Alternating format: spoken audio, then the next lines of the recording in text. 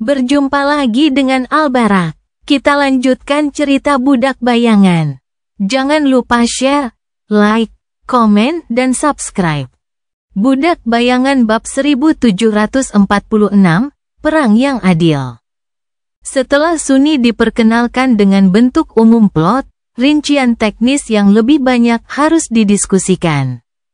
Perang semakin dekat, dan setidaknya 3 dari 6 konspirator harus berpartisipasi dalam pertumpahan darah secara langsung.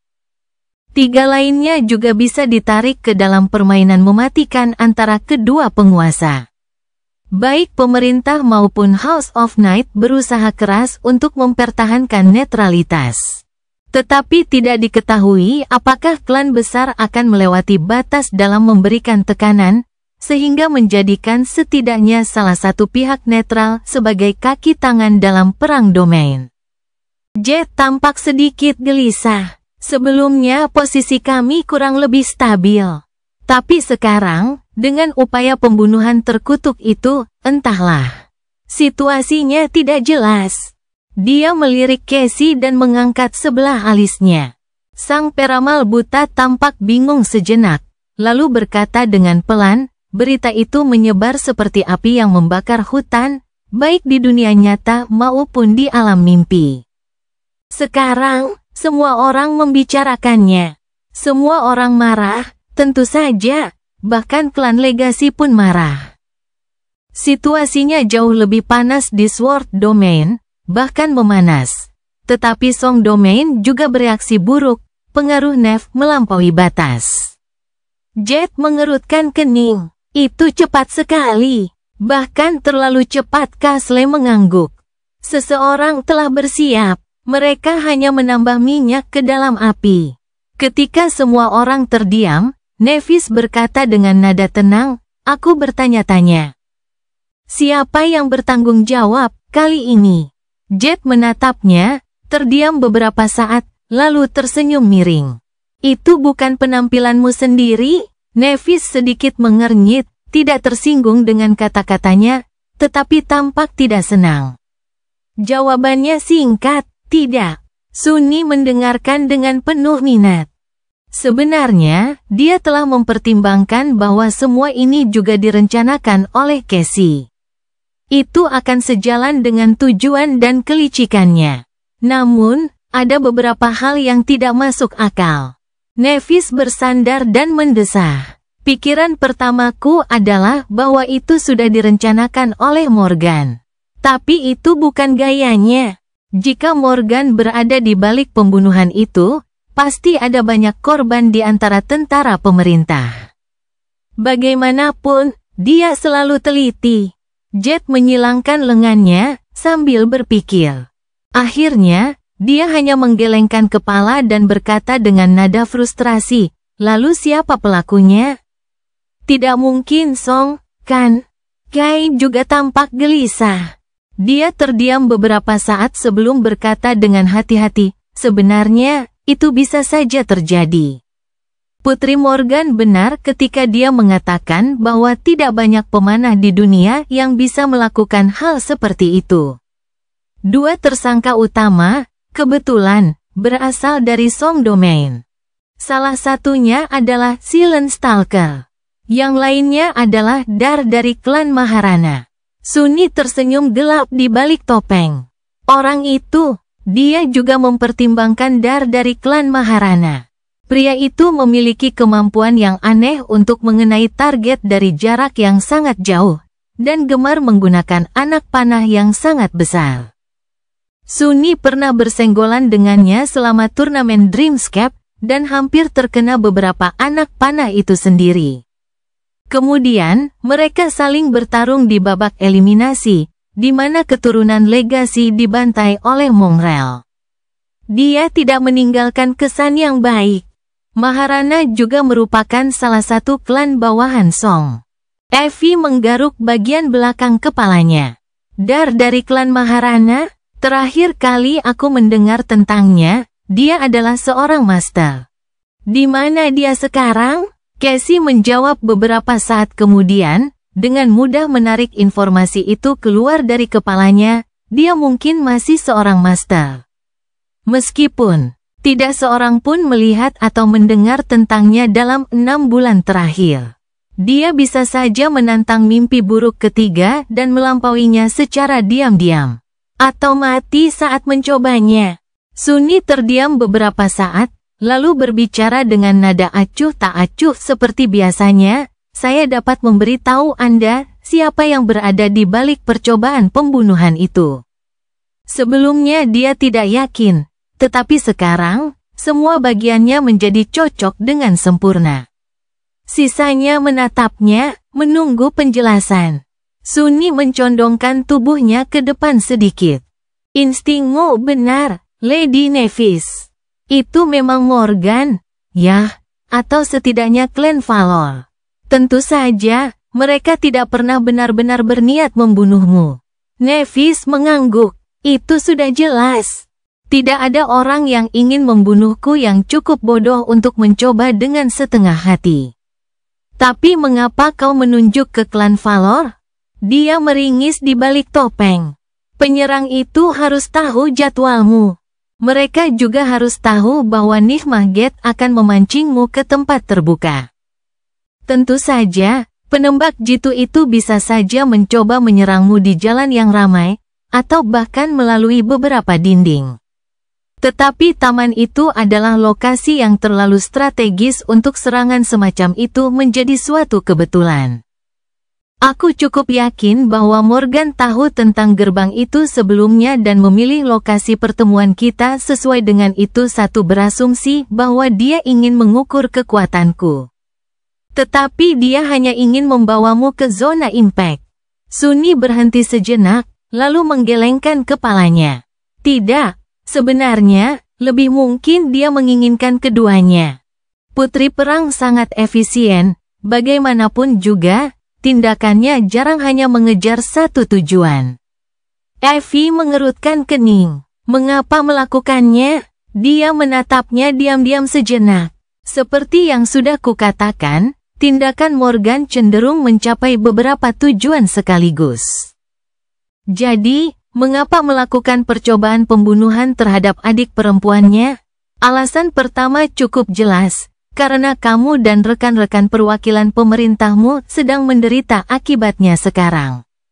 Tujuannya adalah untuk mendiskreditkan pemerintah dan mendapatkan pengaruh terhadapnya. Soul Reaper menyebutkan bahwa posisimu telah tidak stabil. Dengan memainkan kartu kemarahan dan bertindak tersinggung atas nama putri angkat mereka, para tetua Valor sekarang berada dalam posisi untuk menekanmu agar bergabung dengan pihak mereka. Jet terkekeh, hanya pengaruh sebesar itu saja tidak akan cukup. Yah, kemungkinan besar. Sunni mengangguk. Ya. Tapi itu hanya karena mendiskreditkan pemerintah hanyalah tujuan sekunder dari keseluruhan masalah ini. Kal mengerutkan kening, lalu bertanya padanya dengan muram, lalu, apa tujuan utamanya? Sunni mendesah di balik topeng. Kau tahu, ada banyak rumor jahat beredar di Song Domain tentang klan Valor. Bagaimana orang-orang dari Sword Domain memonopoli pengiriman sumber daya dari dunia nyata untuk membuat hidup mereka lebih sengsara. Bagaimana sebagian besar tetua Valor, termasuk Raja Pedang sendiri, telah diambil oleh Skinwalker. Bagaimana orang-orang di sana menderita di bawah tirani warisan yang korup, dan berseru kepada surga untuk meminta bantuan. Dia mencondongkan tubuh dan mengangkat bahu. Tentu saja, banyak rumor seperti itu yang tersebar tentang klan Song di Sword Domain. Ratu Cacing adalah iblis yang busuk. Dia membunuh orang-orang tak berdosa untuk memperbudak mereka ke dalam pasukan mayat hidup. Saudara perempuan Song memakan darah manusia dan sejenisnya. Semua rumor ini salah, tentu saja, ya, kecuali yang terakhir. Yang itu mungkin benar. Bagaimanapun, rumor-rumor itu dipersiapkan dan disebarkan dengan hati-hati oleh kedua belah pihak, untuk satu tujuan. Ekspresi jijik muncul di wajah Kal. Dia terdiam beberapa saat, lalu berkata sambil menggertakkan giginya, pembenaran. Sunni mengangguk. Benar, klan-klan besar perlu membangkitkan kesadaran rakyat akan ide perang. Bukan hanya rakyat biasa, tetapi juga para prajurit yang bangkit yang akan bertempur di garis depan. Aku yakin ada versinya untuk klan-klan bawahan, juga, bukan berarti mereka punya banyak pilihan dalam hal mematuhi penguasa. Jadi, bagi kalian yang menyukai sejarah, kalian pasti tahu apa itu Casus Belli. Wajah beberapa orang di ruangan itu menjadi gelap. Evie terbatuk. Casus Belli, tentu. Kita semua tahu itu, tentu saja. Namun bagi mereka yang tidak tahu, bisakah Anda menjelaskannya? Tolong. Sunni tergoda untuk menyuruhnya meminta penjelasan kepada suaminya, tetapi menahan diri. Sebaliknya, suaminya berkata dengan nada datar, tentu. Tidak banyak yang perlu dijelaskan.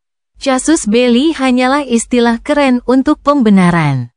Alasan resmi yang diberikan saat memulai perang. Pembunuhan seorang bangsawan sudah lebih dari cukup untuk menenggelamkan dunia dalam darah. Faktanya, skenario persis ini pernah digunakan sebelumnya untuk melakukan hal itu. Dia terkekeh dingin. Sejujurnya, aku berharap Valor benar-benar membunuh salah satu Saint mereka agar klaimnya lebih kuat. Namun, entah seseorang di antara mereka menjadi lemah, atau mereka tidak bisa membiarkan diri mereka kehilangan bahkan satu transenden pun sebelum perang.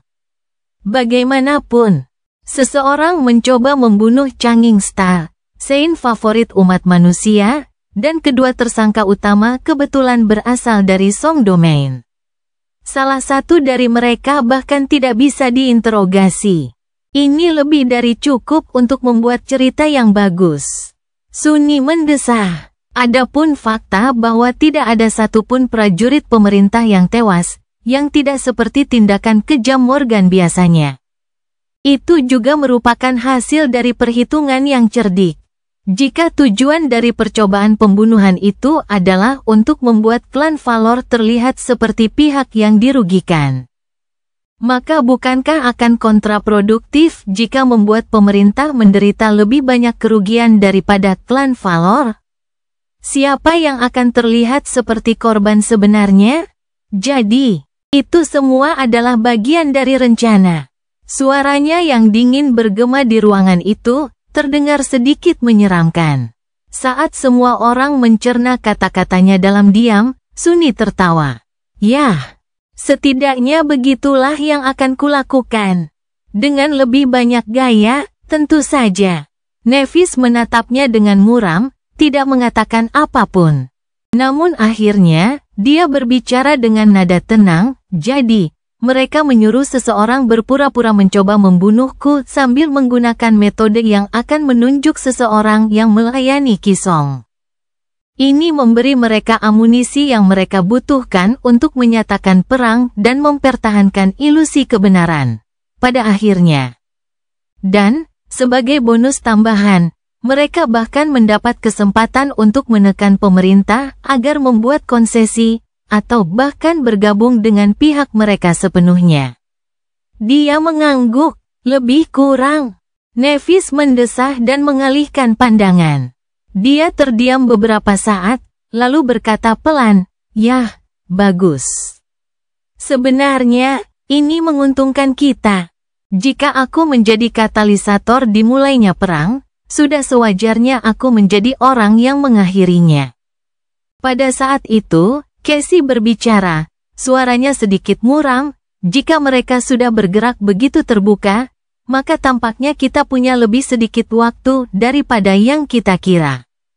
Saya khawatir, beberapa rencana kita harus dipercepat, atau bahkan dibatalkan sama sekali.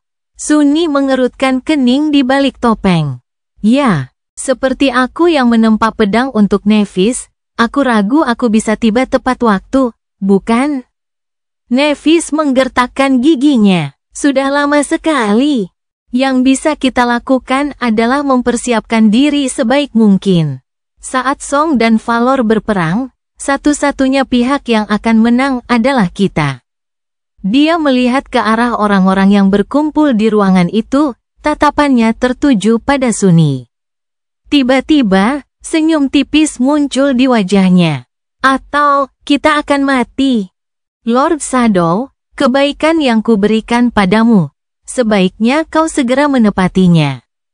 Kau mungkin tidak akan mendapatkan kesempatan itu nanti. Dia menyilangkan lengannya dan balas menatapnya.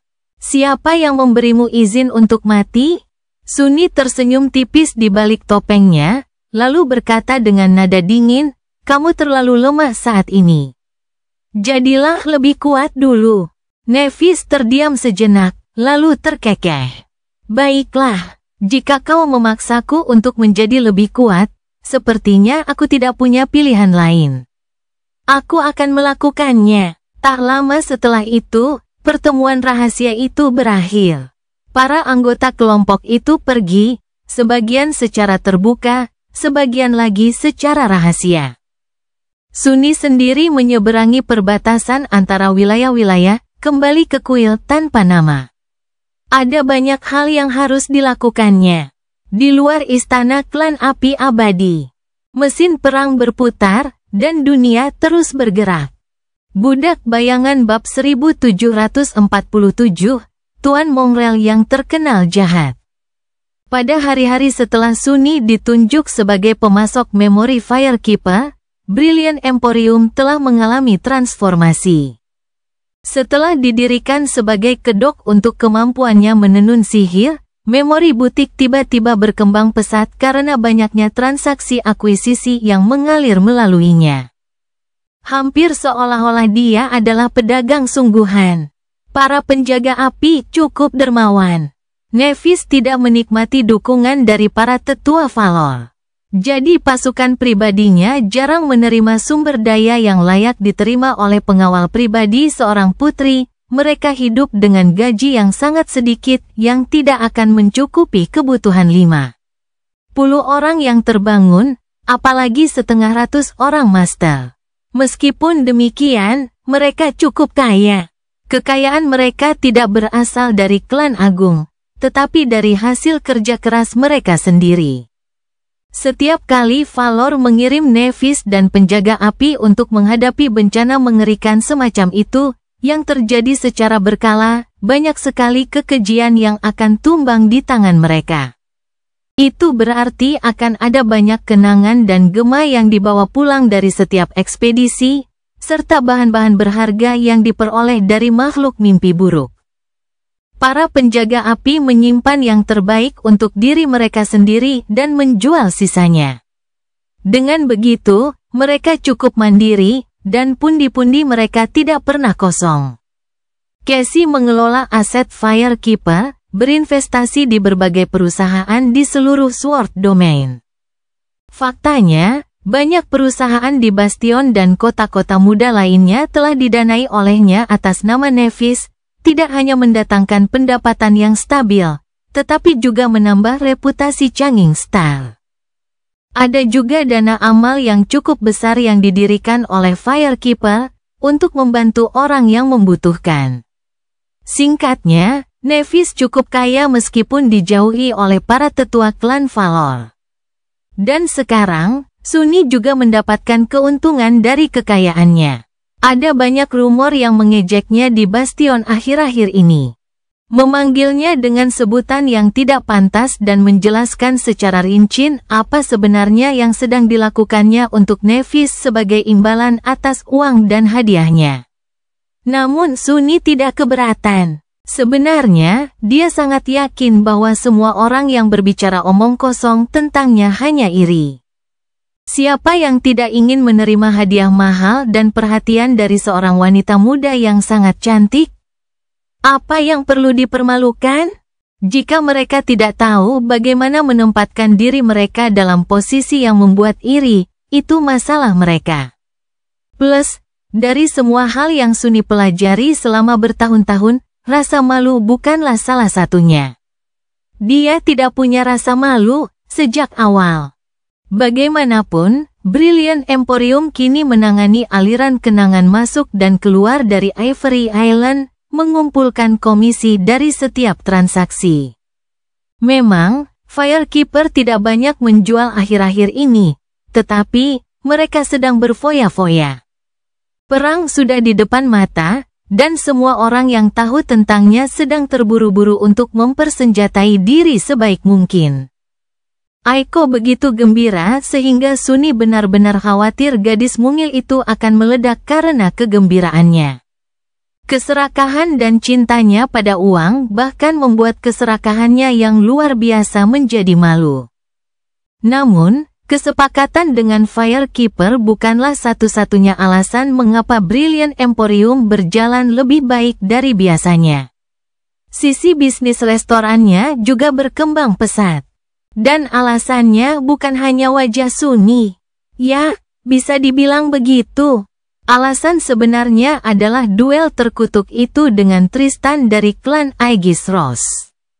Sunny sudah menduga bahwa memainkan peran sebagai kekasih Changing Star akan menarik banyak perhatian, tentu saja. Yang tidak ia duga adalah betapa warga Bastion gemar bergosip, dan betapa banyak waktu luang yang mereka miliki. Orang-orang ini, tak ada kursi kosong di ruang makan. Dan selain beberapa pelanggan tetap, seluruh kerumunan hadir di sana hanya untuk satu alasan, untuk melihat sekilas anjing kampung terkutuk yang dengan licik menyihir Changing Star. Para pencari sensasi bahkan telah membuat pelanggan tetapnya takut.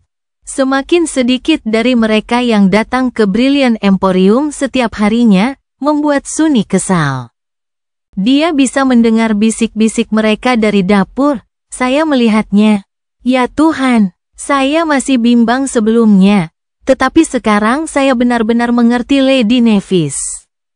Tidak mungkin, bajingan itu menipunya. Dia pasti mata-mata Song. Mata-mata apa? Mengapa orang-orang dari domain Song mengirim mata-mata ke sini? Apa, kau belum dengar? Ratu mereka yang menyeramkan itu benar-benar jahat. Dia bahkan mengirim pembunuh bayaran untuk membunuh Lady Nevis. Dia tidak akan berani. Benar, semua orang membicarakannya, itulah mengapa saya pikir anjing kampung ini adalah mata-mata. Diam, dasar bodoh. Bagaimana kalau anjing kampung itu mendengarmu? Apa kau tidak tahu berapa banyak orang yang telah dibantainya di istana? Tetap saja. Dia tidak terlihat seperti mata-mata. Dia terlalu menawan untuk menjadi mata-mata. Terjebak di dapur, Sunny menggertakkan giginya dan berkonsentrasi pada memasak. Begitulah kalian disebut Lord Mongrel, orang-orang bodoh. Dia tergoda untuk meludah ke dalam panci. Tentu saja tidak. Bodoh atau tidak, ia punya reputasi yang harus dijunjung tinggi. Sunny tidak peduli jika namanya dicemarkan. Namun tak seorang pun diizinkan menodai masakannya. Pada akhirnya, dia merasa lega ketika tiba saatnya menutup toko. Sunny mengusir pelanggan terakhir, mengunci pintu, dan ambruk di kursi bayangan karena kelelahan. Sungguh perasaan yang kontradiktif. Di satu sisi, ia merasa bosan mendengar orang-orang bodoh berbicara buruk tentangnya. Di sisi lain, para idiot itu membayar sejumlah koin untuk menghabiskan waktu di Brilliant Emporium. Jadi, secara keseluruhan, itu merupakan hal yang baik. Sunny terdiam beberapa saat, lalu mendesah dan turun ke dalam memori butik. Di sana, Aiko sedang sibuk memeriksa deskripsi memori yang baru saja dibelinya. Dialah yang bertanggung jawab atas seluruh operasi, bukan hanya karena dia punya naluri bisnis yang lebih baik daripadanya, tetapi juga karena Sunny tidak mampu menerima dan mentransfer memori. Seperti yang bisa dilakukan oleh semua pembawa mantra mimpi buruk. Kenangan yang ia buat harus dirancang dengan mempertimbangkan pelanggan. Sunny telah mencuri sifat dari Sad Memories of the Forgotten Shore, yang memiliki kemampuan untuk mengikatkan diri kepada mereka yang menyentuhnya. Setelah sedikit memodifikasinya, ia mampu merancang cara untuk memberikan kenangan kepada klien tanpa mentransfernya langsung dari jiwanya sendiri. yang berarti bahwa untuk transaksi yang berkaitan dengan memori yang dibeli, ia membutuhkan seorang kurir yang bangkit. Alko memainkan perannya dengan sangat baik, mengantarkan memori kepada penjaga api secara langsung. "Apa kabar?" Gadis mungil itu mendongak dari dokumen-dokumen itu dan menyeringai. "Semuanya sudah diperhitungkan, bos. Kami bahkan berhasil menemukan senjata dengan kombinasi sihir aneh yang diminta Master Sim." "Sial, tetap saja aneh menyebut orang itu Master. Aku ingat bagaimana dia dulu mengomeli para hunter yang lebih tua karena kehilangan semua pecahan mereka saat berjudi denganku di Bright Castle." Sunny tersenyum. "Baiklah, pergilah ke istana besok, tapi kembalilah lebih awal. Aku tidak akan bisa bertahan hidup di dapur sendirian." Aiko menggigil mendengar kata awal, lalu mendesah dan mengumpulkan dokumen-dokumennya. "Sampai jumpa besok, bos." Tak lama kemudian, dia pergi. Sunny mengikutinya ke beranda dan tetap di sana beberapa saat, menyaksikan matahari terbenam dan bulan purnama terbit. Malam ini adalah malam dia harus bertemu Cassie lagi. Budak Bayangan bab 1748, saat-saat berharga. Cassie menunggunya di dekat menara yang roboh seperti terakhir kali. Dia juga sama cantiknya seperti terakhir kali, bermandikan cahaya bulan dan berdiri di tepi air yang tenang. Namun, suasana pertemuan mereka hari ini berbeda. Entah mengapa, itu lebih familiar. Mungkin bahkan ramah. Ketika Sunny muncul dari danau, Cassie tersenyum tipis. "Sunny." Dia menyisir rambutnya yang basah ke belakang dan tersenyum juga. "Nyonya Cassia." Dia menggelengkan kepalanya pelan. "Rasanya tidak adil bahwa Anda masih bersikap sopan setelah bersikeras agar saya bersikap lebih informal. Panggil saja saya Cassie." Dia ragu-ragu sejenak, lalu mengangguk. "Baiklah, Cassie. Bagaimana kalau kita pergi? Aku berharap bisa menjelajahi labirin cermin sebanyak mungkin malam ini." Dia mengangguk dan mengulurkan tangan kecilnya. Sunny mengambilnya dan menarik mereka berdua ke dalam bayangan, lalu berteleportasi langsung ke ruang bawah tanah yang telah mereka temukan sebelumnya. Kali ini, dia tidak perlu lagi membimbingnya masuk jauh ke dalam reruntuhan kastil, menghapus ingatan para ksatria yang berpatroli di sana. Ruangan itu tidak berubah sama sekali, yang merupakan suatu kelegaan. Sunny masih ingat dengan jelas peringatan yang diberikan Cassie kepadanya tentang yang lain. Jadi dia waspada terhadap makhluk-makhluk yang tinggal di dalam cermin-cermin di bekas benteng iblis imajinasi. Dengan memanggil Shadow Lantern, dia menenggelamkan labirin dalam bayangan tanpa membuang waktu. Segera setelah itu, Sunny dan Cassie melanjutkan penjelajahan labirin. Tempat ini luas. Mereka telah menjelajahinya selama berjam-jam terakhir kali, dan tidak membuat kemajuan yang berarti malam ini. Perlahan, Sunny mulai waspada. Dia teringat gurun mimpi buruk dan piramida hitam yang berdiri di tengahnya. Tidak peduli seberapa lama seseorang berjalan melintasi bukit pasir putih, piramida itu tidak pernah mendekat. Apakah ada semacam tipu daya yang mencegahnya mencapai inti labirin juga? Mereka berjalan dalam diam selama beberapa saat, tetapi lama-kelamaan mereka merasa bosan. Akhirnya, Cassie berbicara, "Saya harus mengakui, Master Sunless. Sunny, Anda adalah pria yang menarik." Dia mengangkat sebelah alisnya. "Saya, sang peramal buta terkekeh merdu." "Memang. Tentu saja aku sudah menduganya sejak pertama kali kita bertemu. Namun, mengetahuinya dan menyaksikannya secara langsung adalah dua hal yang berbeda. Aksi yang kau lakukan terhadap Tuan Tristan yang malang. Aku bangga karena bisa memprediksi banyak hal, loh. Namun, itu mengejutkanku. Apa yang kau pikirkan?" Sunny terbatuk pelan. "Apa sebenarnya yang sedang dipikirkannya?" Dia terdiam beberapa saat, lalu berkata dengan acuh tak acuh, "Yah, terlalu banyak berpikir itu tidak baik untuk kesehatan. Dulu, saya berpikir, astaga, saya ingin sekali meninju badut ini. Dan akhirnya saya melakukannya. Ini semua tentang kesenangan-kesenangan kecil dalam hidup." Dia menarik napas tajam. Kukira, Sunny nyengir. Pokoknya, akhirnya hal itu menguntungkan kami, bukan? Kami ingin semua orang mendapat kesan yang salah tentang sifat hubungan antara aku dan Nevis. Baiklah, misi tercapai. Casey mengembuskan napas perlahan. Bahkan sedikit terlalu baik. Dia meliriknya. Apapun yang layak dilakukan dengan baik. Sang peramal buta tidak tahu harus menjawab apa. Ia terdiam beberapa saat, lalu tertawa pelan. Benar, kalau begitu, inilah tubuhmu yang sebenarnya, sang penguasa bayangan. Bertemu dengannya secara langsung merupakan pengalaman yang luar biasa. Kontras antara dia dan Master Sunless cukup mencolok, paling tidak. Aku salut dengan kemampuan aktingmu. Sunny menatapnya dengan rasa ingin tahu, ragu sejenak, lalu tersenyum. Wah, terima kasih. Tapi sebenarnya, Anda salah. Casey mengangkat alisnya dengan elegan. Dia mengangguk. Ini adalah tubuhku yang sebenarnya. Sang penguasa bayangan adalah sebuah bayangan. Dia adalah sebuah pertunjukan. Dia memiringkan kepalanya sedikit, bingung.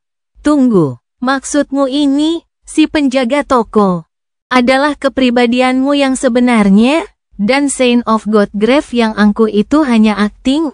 Sunny tersenyum, lalu menghela nafas, dan akhirnya membuang muka, ya. Tapi tidak juga. Kurasa setiap inkarnasiku adalah aku, hanya saja mereka punya tujuan yang berbeda. Tujuan dari penguasa bayangan adalah menjadi seorang pejuang. Jadi, bagian dari kepribadian saya yang berhubungan dengan konflik mengambil alih peran utama. Tujuan dari seorang pemilik toko yang rendah hati adalah untuk hidup dengan damai dan menikmati hidup. Jadi, dia sedikit suka berdiam diri di rumah. Dia berhenti sejenak, lalu menambahkan sambil mengangkat bahu. Tidaklah aneh, kita semua memakai topeng yang berbeda saat berhadapan dengan orang yang berbeda. Seseorang akan berperilaku dengan cara yang berbeda saat bersama keluarga, bertindak berbeda saat bersama rekan kerja, dan memakai topeng baru saat bertemu teman. Saya juga sama, hanya saja saya memiliki banyak tubuh, jadi saya bisa memakai semua topeng secara bersamaan. Casey menatapnya sambil berpikir, bukankah mudah untuk melupakan jati diri kita yang sebenarnya dengan cara seperti itu? Sunny tersenyum. Mungkin Anda tidak tahu, tetapi saya adalah pakar terbaik di dunia dalam hal tidak kehilangan jati diri saya yang sebenarnya. Bayangan pada dasarnya tidak berbentuk dan tidak memiliki bentuk, jadi saya harus berhati-hati agar tidak melupakan bentuk jiwa saya. Dia terdiam sejenak, lalu mendesah sedih. Suatu hari nanti, aku harus meminta saranmu. Aku juga berjuang untuk mempertahankan jati diriku. Hidup melalui indera orang lain, dan mengalami kenangan terdalam mereka. Terkadang bisa membingungkan. Casey tersenyum, lalu bertanya dengan suara lembut. Tapi, ngomong-ngomong soal penguasa bayangan, bolehkah aku bertanya sesuatu padamu? Sunny meliriknya sekilas. Kamu bisa. Dia mengangguk, ragu sejenak, lalu berkata, sebelumnya, kau memintaku untuk merahasiakan identitas asli Master Sunless. Dengan mengatakan bahwa Nevis tidak akan mempercayai keduanya jika hubungan antara dia dan Lord of Shadows terungkap. Namun sekarang, kau bukan orang asing lagi baginya. Dia telah menerima Lord Shadow ke dalam lingkaran dalamnya dan mempercayakan hidupnya kepadanya. Begitu pula, Nev, bersimpati terhadap Master Sunless. Mengapa harus mempertahankan sandiwara itu? Sunni tidak langsung menjawab, merenungkan pertanyaannya. Mengapa dia ingin menyimpan rahasia itu? Dia ragu sejenak, lalu mendesah. Karena itu menyenangkan. Itu jawaban yang tidak berperasaan, tetapi jujur. Yah, tentu saja kalau tidak, dia tidak akan bisa memberikannya. Tidak ada alasan strategis untuk merahasiakan Nevis lagi. Namun, Sunni terlalu menikmatinya hingga tidak ingin melepaskannya begitu saja. Nevis kini agak mempercayai penguasa bayangan. Namun, dia juga waspada terhadapnya, karena siapapun yang memiliki kekuatan seperti itu akan membuat orang waspada. Namun, pemilik toko yang rendah hati itu tidak memiliki kekuasaan sama sekali. Jadi, dia bisa membiarkan dirinya merasa nyaman di dekatnya. Dan bagi Sunni, momen-momen seperti itu sangat berharga. Hubungan mereka sebelum menjadi orang suci jauh lebih dekat dibandingkan dengan jarak yang memisahkan dia dan penguasa bayangan.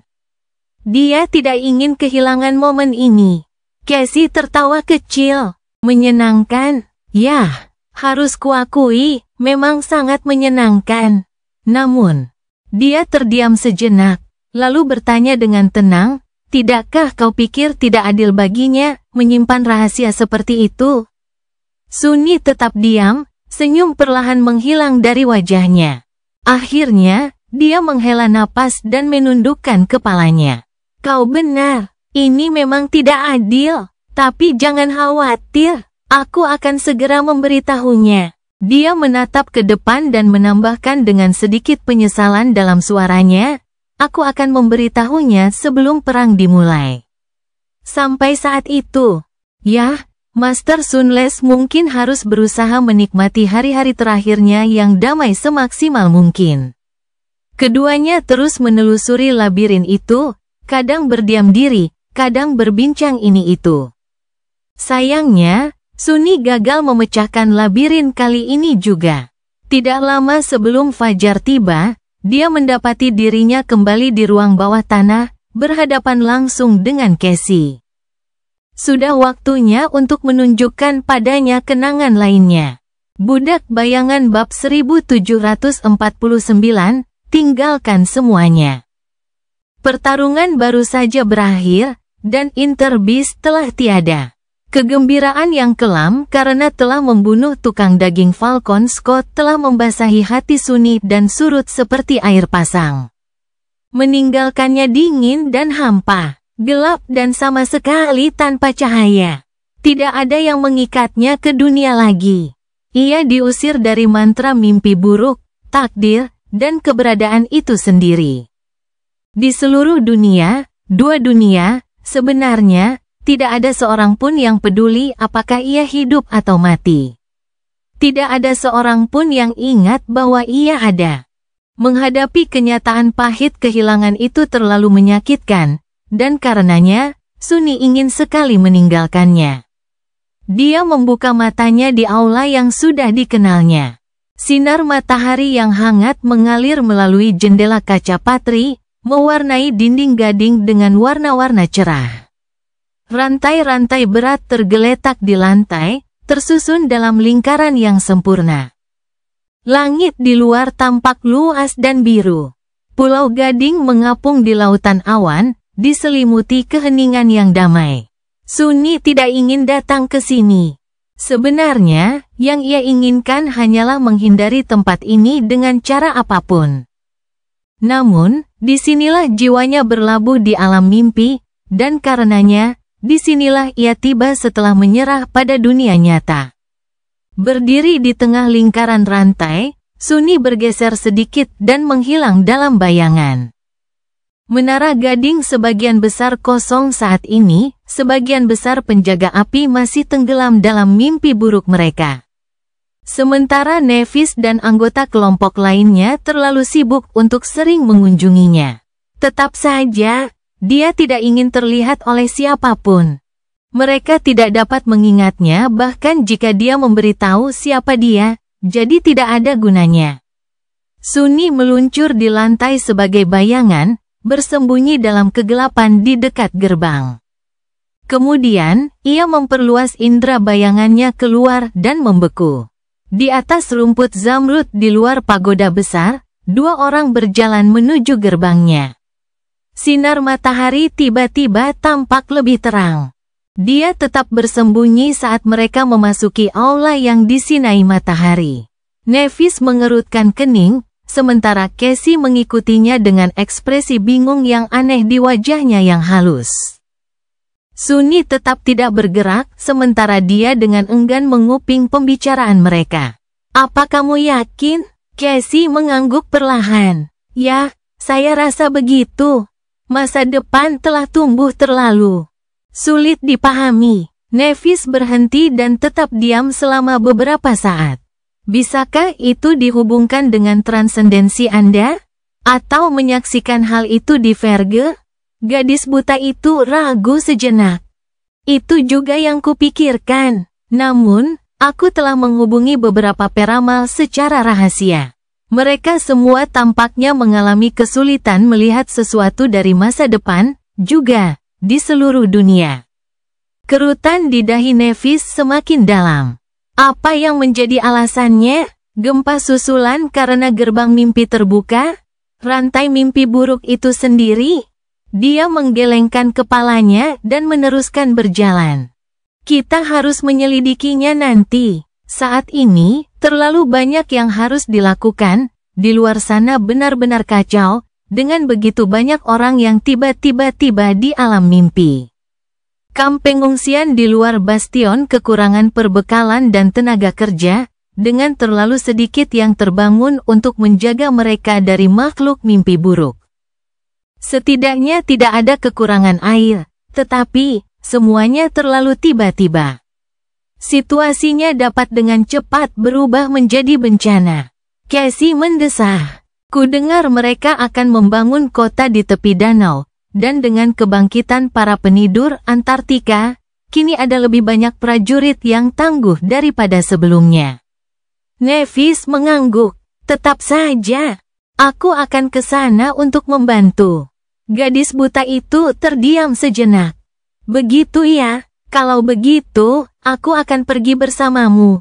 Sunni bersembunyi dalam bayang-bayang, mendengarkan berita tentang kesengsaraan manusia tanpa minat. Apa hubungannya dengan dirinya? Sama sekali tidak ada, tidak lagi. Nevis menggelengkan kepalanya. "Seseorang harus tinggal di sini untuk menyambut orang-orang kita setelah mereka kembali dari mimpi buruk. Ditambah lagi, kalian punya tugas penting lain yang harus diselesaikan." Cassie mengangkat alisnya. Kau benar-benar ingin melakukannya?" Nevis mengangguk padanya lagi. "Sudah saatnya meninggalkan kepulauan berantai. Kita terlalu jauh dari semua hal penting di sini. Aku ingin kau terbang dari Pulau Gading ke selatan, menuju bastion." Dengan itu, dia berbalik dan berjalan memasuki lingkaran rantai. Berdiri di sana, Nevis mengerutkan kening dan menyentuh wajahnya sebentar. Dia tetap tidak bergerak selama beberapa saat, lalu berkata dengan muram, "Mengapa saya merasa seperti melupakan sesuatu?" Cassie tidak menjawab, hanya berdiri di sana dengan ekspresi bingung. Akhirnya, Nevis meringis. "Masalah lainnya, apakah Anda sudah menemukan sesuatu?" Cassie menggelengkan kepalanya perlahan. "Tidak, aku sudah bicara lagi dengan Evie dan Kai, Jet juga. Tapi sulit untuk menghilangkan kabut yang mengaburkan sebagian ingatan kita. Kurasa, pasti Torment yang telah melakukan sesuatu pada kita. Tapi apa, dan mengapa, dan kapan? Belum ada jawaban." Nevis mendesah. "Teruslah menggali. Aku juga akan melakukan penelitian." Tak lama kemudian, dia pergi dan kembali ke dunia nyata. Cassie tidak bergerak beberapa saat, berdiri di sana dengan kepala tertunduk. Akhirnya, dia berbisik pelan, "Apa yang telah dia lakukan padaku?" Dengan itu, dia berbalik dan turun ke ruang bawah tanah Menara Gading, tempat kendali rahasia pulau itu berada. Sunni ditinggal sendirian. Dia mengembuskan napas perlahan dan muncul dari balik bayangan, sambil memandang ke arah Casey pergi. Siksaan. Apakah dia benar-benar percaya bahwa saudara kembarnya yang tercemar mampu melakukan hal seperti itu? Garis waktunya tidak masuk akal, dan Casey mengetahuinya. Yah, itu teori yang masuk akal. Kekuatan Torment, kekuatan Casey, ada hubungannya dengan memanipulasi ingatan. Sesaat, harapan putus asa menyala di hatinya. Bagaimana jika Casey dapat mengembalikan kenangan tentangnya dengan kemampuan transendennya? Bagaimana jika dia dapat membuat mereka mengingatnya? Namun tidak, ia tahu itu tidak mungkin. Jika memang tidak mungkin, ia pasti sudah melakukannya, terlebih dahulu memulihkan ingatannya yang hilang. Aku muak dengan hal ini. Dia menggertakkan giginya dan berjalan keluar dari menara gading. Saat ini, Krasing tidak lagi menjadi ancaman baginya. Sunny tidak yakin apakah ia dapat menahan tekanan mengerikan itu, tetapi ia juga tidak perlu menahannya. Jangkauan indera bayangannya telah berkembang cukup untuk mencapai pulau-pulau yang jauh, jadi ia dapat dengan mudah melangkah melewati bayang-bayang untuk meninggalkan Pulau Gading. Dia berpikir sejenak, mempertimbangkan apakah dia harus melakukannya. Apa yang akan dia lakukan? Hidup seperti seorang pertapa di suatu sudut terpencil alam mimpi? Pergi menjelajahi wilayah-wilayah yang belum dijelajahi di dunia yang mengerikan ini. Jauh dari tempat yang bisa dilihat manusia? Melompat ke langit di bawah dan mencoba mencapai dasarnya karena penasaran? Setiap alternatif sama baiknya dengan alternatif berikutnya. Yah, melompat ke langit bawah mungkin sedikit lebih buruk daripada yang lainnya. Sunny terdiam sejenak sambil berpikir. Pada akhirnya, dia tidak menggunakan shadow step untuk mencapai pulau terbang jauh di bawah.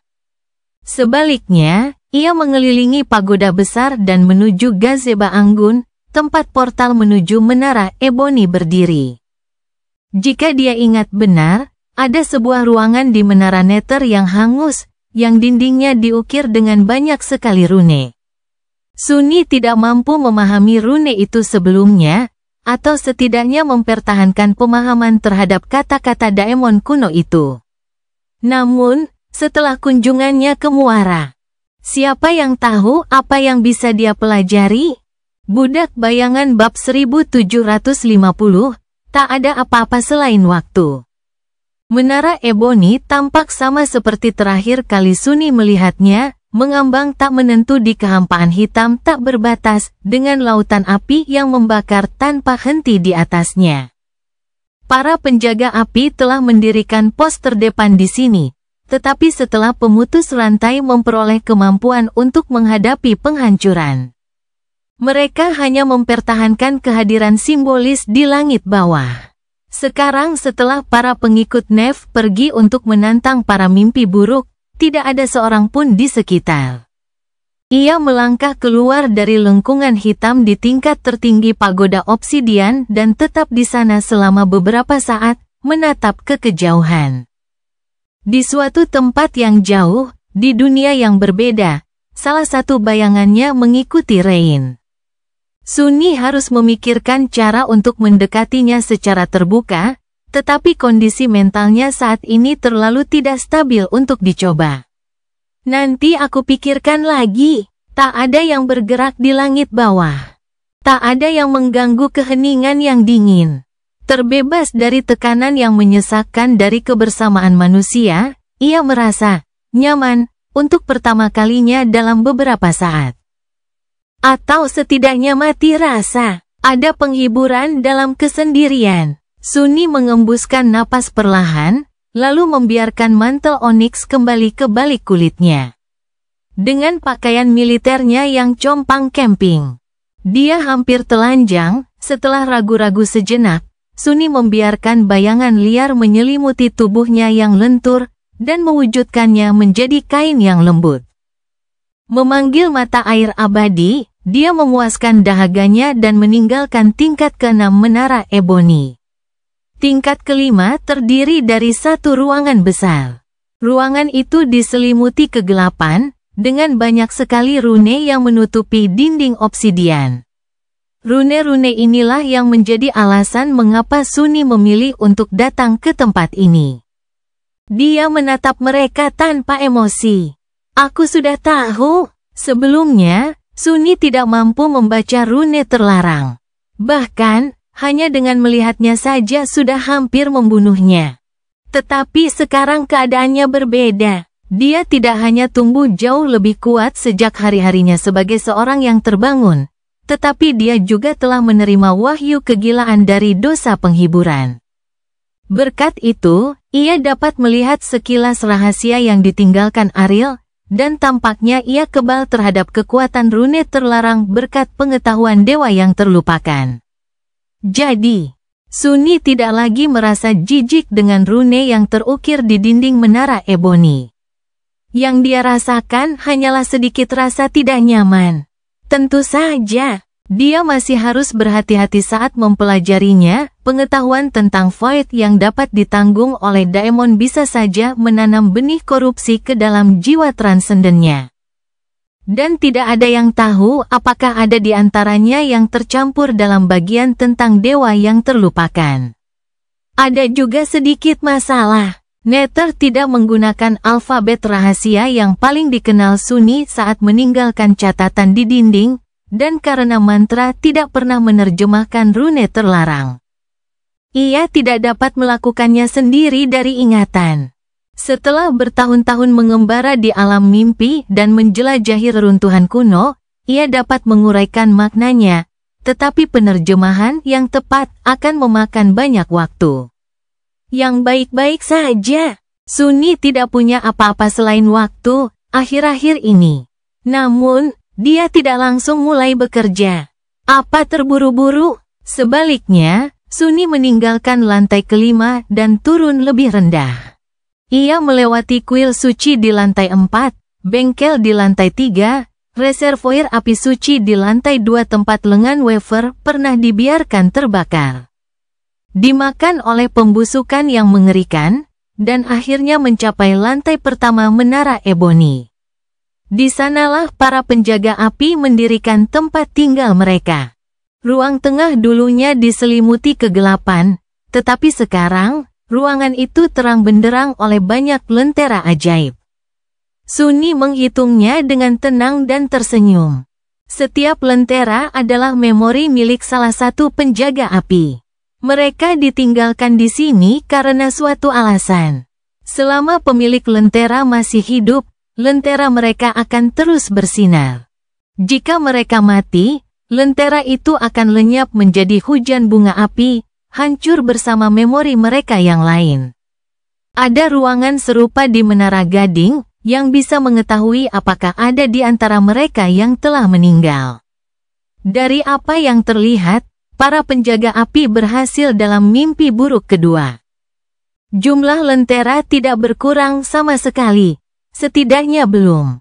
Sambil mengalihkan pandangan, Sunny berjalan ke salah satu dipan dan jatuh dengan keras di atasnya. Begitu kepalanya menyentuh bantal, matanya tertutup sendiri. Dia lelah, sudah waktunya tidur. Besok, kehidupan barunya sebagai pengembara tanpa tujuan akan dimulai. Sunny bangun dengan perasaan segar. Masih terasa aneh baginya, tidur sementara salah satu inkarnasinya tetap terjaga. Pada saat-saat seperti itu, kesadarannya tampak terbelah, satu bagian berfungsi normal, yang lain hanyut dalam pelukan tidur yang menenangkan. Ia bahkan terkadang bermimpi, sambil mengamati mimpinya dari samping. Bagaimanapun, kelelahan mentalnya berkurang tidak peduli inkarnasi mana yang tidur, selama salah satu dari mereka tidur. Bangun dari dipan, Sunny memandang sekelilingnya dengan lesu. Tidak ada hal mendesak yang harus dilakukannya, jadi dia tidak terburu-buru.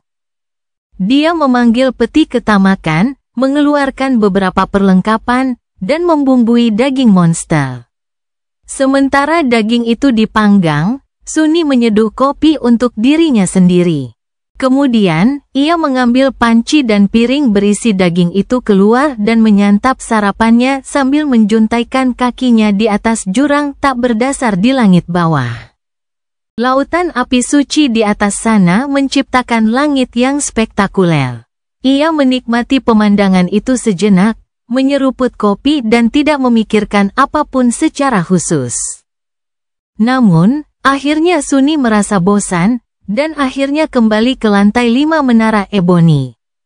Dia memperhatikan rune itu sejenak, dan akhirnya berhenti di dekat bagian tulisan Nether yang familiar.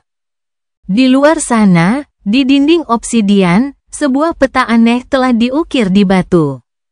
Menara Gading, makam Ariel, Ravenheart, Bastion, kapal besar yang berfungsi sebagai benteng bagi rumah malam, dunia bawah.